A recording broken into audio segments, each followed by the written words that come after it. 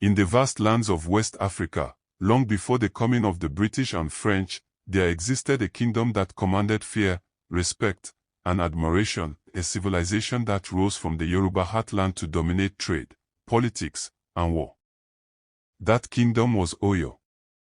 For centuries, the Oyo Empire stood as one of the greatest and most sophisticated African states, an empire built on order, diplomacy, and might.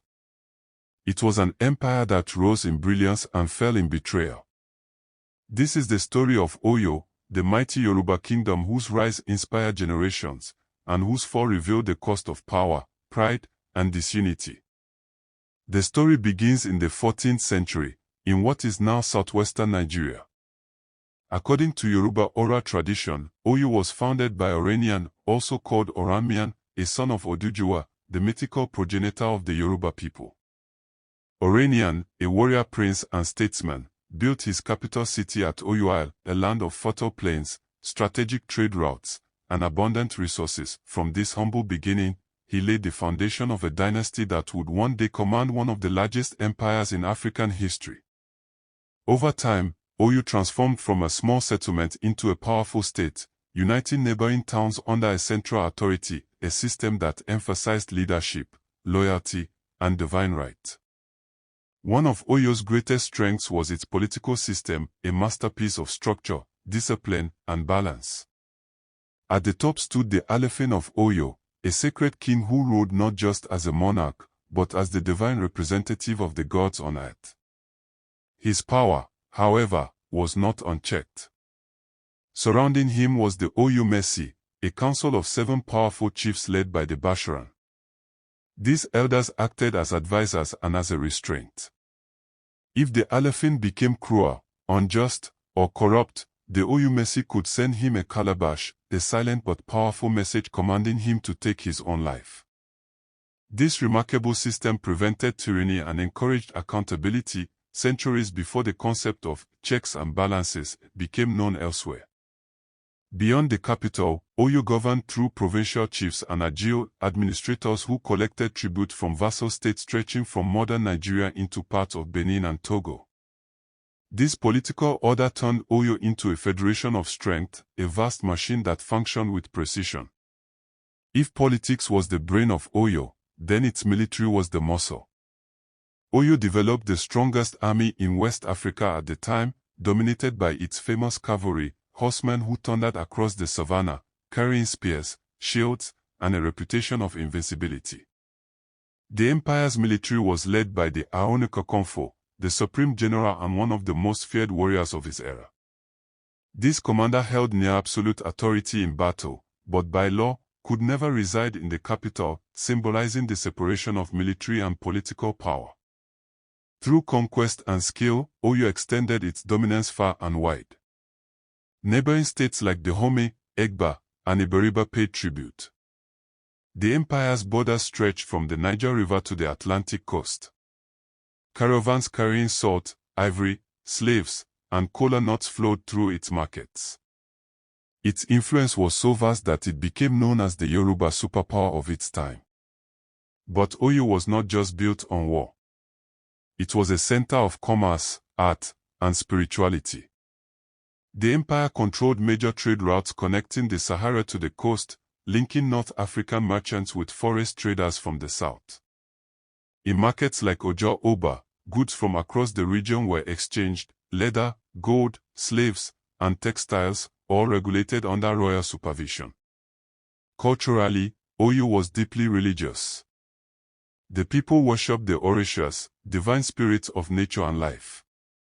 Sango, the god of thunder and lightning, was particularly revered as a former Alaafin-turned deity. His worship became central to Oyo's identity, symbolizing justice, power, and divine authority.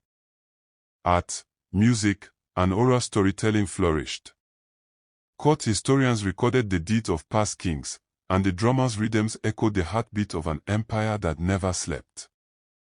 But as the empire reached its peak, trouble began to brew beneath the surface.